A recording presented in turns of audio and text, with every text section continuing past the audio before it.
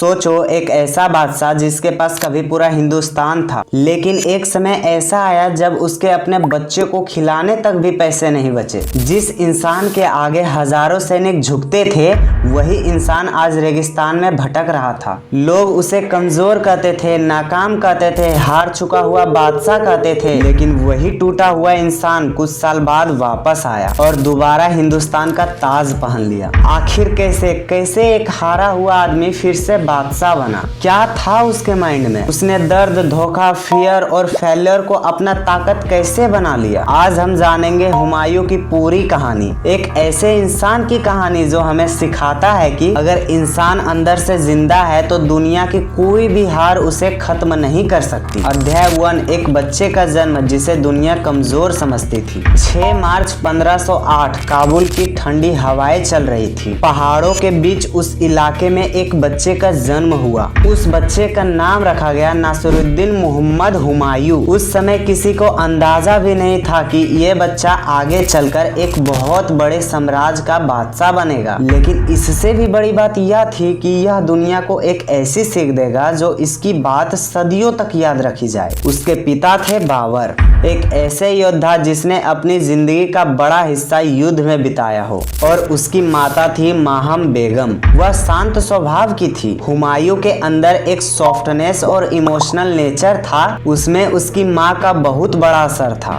हुमायूं बचपन से बाकी बच्चों जैसा नहीं था। कुछ बच्चे तलवार देखकर खुश होते थे, लेकिन हुमायूं किताबें देखकर खुश होता था। उसे आसमान देखना पसंद था। वह घंटों बैठकर तारों को देखता ही रहता था। उसका माइंड बहुत इमेजिनेटिव था। वह सिर्फ युद्ध नहीं समझना चाहता था, वह इंसानों को समझना चाहता था। यही कारण था कि वह आगे चलकर कई बार धोखा खा गया, क्योंकि जो इंसान खुद साफ दिल का होता है वो दुनिया को ही वैसे ही समझने लगता है। बाबर और हुमायूं का रिश्ता। बाबर सिर्फ एक बादशाह ही नहीं था, वह एक फाइटर भी था। उसने बचपन में संघर्ष देखा था। कभी राज्य मिला, कभी छिन गया, कभी दोस्त मिले, कभी विश्वासघात। बाबर ये चीज जानता था कि सत्ता सिर्फ तलवार से ही नहीं चलती, उसके लिए टाइमिंग, पेशेंस और साइकोलॉजी भी चाहिए। वो हुमायूं को अक्सर अपने साथ बैठाता था और कहता था, राजा वो नहीं जो सिर्फ जीतता है, असली राजा वो है जो हारने के बाद भी टूटता नहीं। यह बात हुमायूं के दिमाग में गहराई से बैठ गई। बाबर ने उसे घुड़सवारी सिखाई,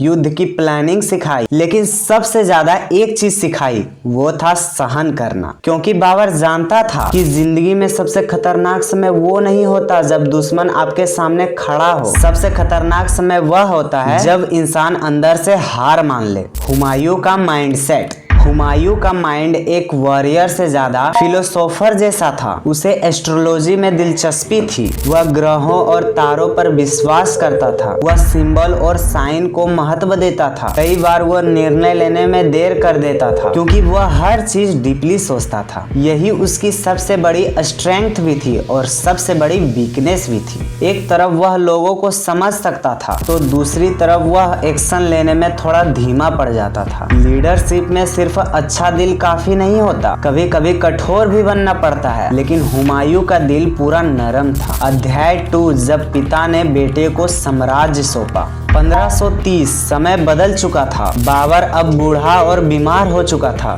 उसने भारत में मुगल साम्राज्य की नींव रख दी थी, लेकिन उसे पता था कि अब अंत करीब है। एक दिन उसने हुमायूं को अपने पास बुलाया। कमरे में बिल्कुल सन्नाटा था। बाबर ने धीमी आवाज में कहा, सत्ता पाना आसान है, लेकिन उसे संभालना बहुत ही मुश्किल है। कुछ ही समय बाद बाबर की मृत्यु हो गई। अब सिर्फ 22 साल की उम्र में हुमायूं साम्राज्य का बादशाह बन चुका था। लेकिन समस्या यह था कि साम्राज्य बाहर से तो ताकतवर दिखता था, लेकिन अंदर से पूरा कमजोर हो गई थी। हर तरफ ही दुश्मन थे। अफगान सरदार मुगलों से नफरत करते थे, राजपूत ताकतवर थे, और सबसे बड़ी समस्या उसके अपने भाइयों की साजिश। हुमायूं के भाई थे कमरान मिर्जा, अस्करी मिर्जा, हिंदाल मिर्जा। शुरुआत में सब शांत दिखते थे, लेकिन सत्ता इंसान की छिपी अंदर इच्छाओं को बाहर निकाल देती है। कामरान सबसे ज्यादा महत्वाकांक्षी था। वो हुमायूं को कमजोर समझता था। हुमायूं बार बार अपने भाई को माफ कर देता था। यही उसकी इमोशनल वीकनेस थी। एक स्ट्रॉन्ग लीडर कभी कभी अपने सबसे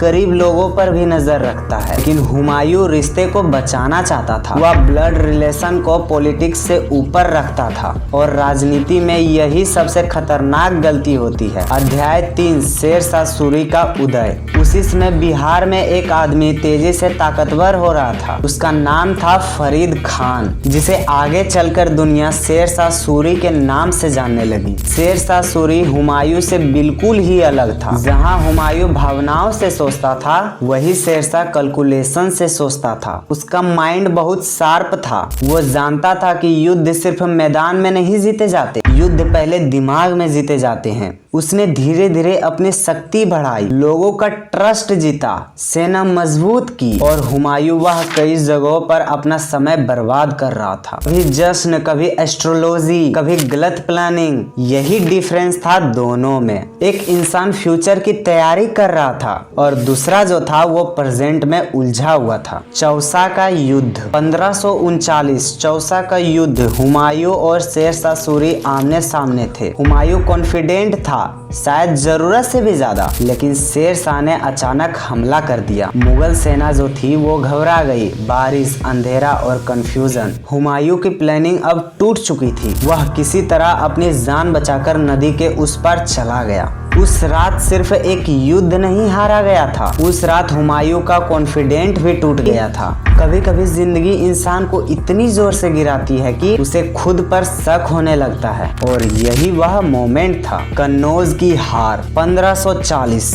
कन्नौज का युद्ध एक बार फिर से आमने सामने थे। हुमायूं कमबैक करना चाहता था, लेकिन उसकी सेना कमजोर हो गई थी, मन टूट चुका था। दूसरी तरफ शेर शाह पूरी तैयारी में था। परिणाम वही हुआ जो आप सोच रहे होंगे, भारी हार। अब हुमायूं के पास कुछ नहीं बचा, ना राज्य, ना ताकत, ना सम्मान। वह बादशाह से भगोड़ा बन चुका था। वह अध्याय 4 जब एक बादशाह रेगिस्तान में भटक रहा था। हार के बाद हुमायूं भारत छोड़ने पर मजबूर हो गया। अब वह रेगिस्तान में भटक रहा था। कभी खाना नहीं, कभी पानी भी नहीं, कभी सोने की जगह तक नहीं। जो लोग उसके सामने कभी झुकते थे, अब वही लोग उसे पहचानने से भी डरते थे। यही सत्ता की सच्चाई है। जब तक ताकत है लोग साथ रहते हैं, जब ताकत चली जाती है तो असली चेहरे सामने आने लगते हैं। हुमायूं अंदर से टूट रहा था, लेकिन एक चीज अभी भी बची थी, वो थी उम्मीद। हमीदा बानो बेगम, वह स्त्री जिसने उसे टूटने नहीं दिया।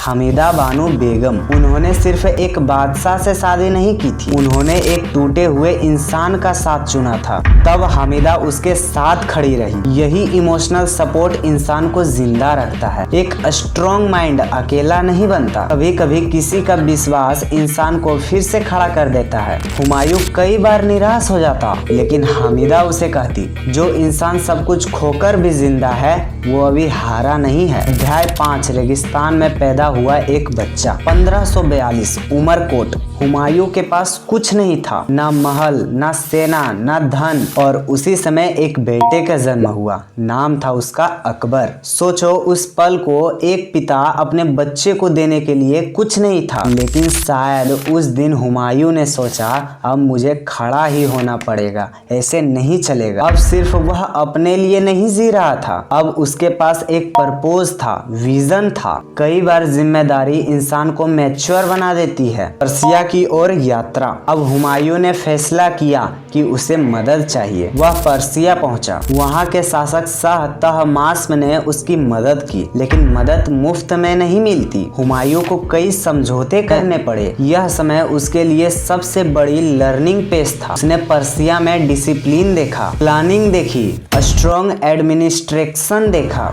अब उसका माइंडसेट बदलने लगा था। भले वाला हुमायूं इमोशनल था, लेकिन अब वह प्रैक्टिकल बन रहा था। स्ट्रगल इंसान को बदल देता है। दर्द सबसे बड़ा टीचर होता है। अध्याय 6 महान कमबैक। साल बीत गए। अब हुमायूं वापस लौटने के लिए तैयार था, लेकिन इस बार वह पहले जैसा बिल्कुल भी नहीं था। अब वह ज्यादा शांत था, ज्यादा पैसेंस था और ज्यादा डेंजरस भी था।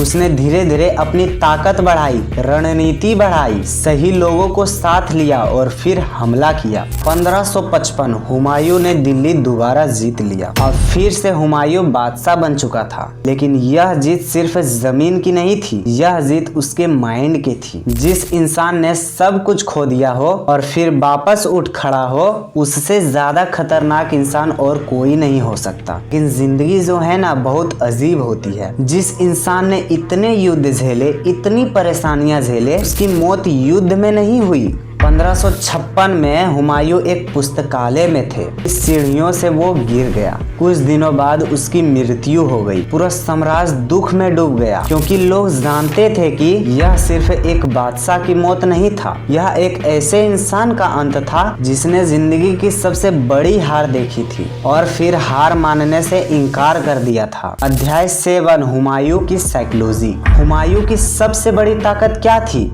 उसका दिल। और सबसे बड़ी कमजोरी वही दिल। वह लोगों पर जल्दी भरोसा कर लेता था, भावनाओं में फैसले लेता था, लेकिन उसके अंदर अब पेशेंस आ गई थी। वह गिरने के बाद भी उठ सकता था। आज की दुनिया में एक फेलियर होने के बाद लोग टूट जाते हैं, लेकिन हुमायूं ने अपना साम्राज्य खोया, घर खोया, सम्मान खोया, फिर भी वो उम्मीद नहीं छोड़ी। यही उसकी ग्रेटनेस थी। हुमायूं हमें क्या सिखाता है? फेलियर कभी अंत नहीं होता। अगर जिंदगी ने तुम्हें गिरा दिया, इसका मतलब सिर्फ इतना है कि तुम्हें फिर से उठना है। गलत लोगों पर भरोसा मत करो। हर मुस्कुराता इंसान अपना नहीं होता। पेशेंस बहुत जरूरी है। हर कमबैक समय लेता है। दर्द इंसान को मजबूत बनाता है। कंफर्ट इंसान को कमजोर बनाता है। स्ट्रगल इंसान को शार्प बनाता है। जिंदगी में दूसरा मौका मिलता है, लेकिन सिर्फ उन्हें जो हार मानने से बिल्कुल ही इनकार कर देता है। हुमायूं दुनिया का सबसे महान विजेता नहीं था, लेकिन वह दुनिया के सबसे बड़े सर्वाइवल में से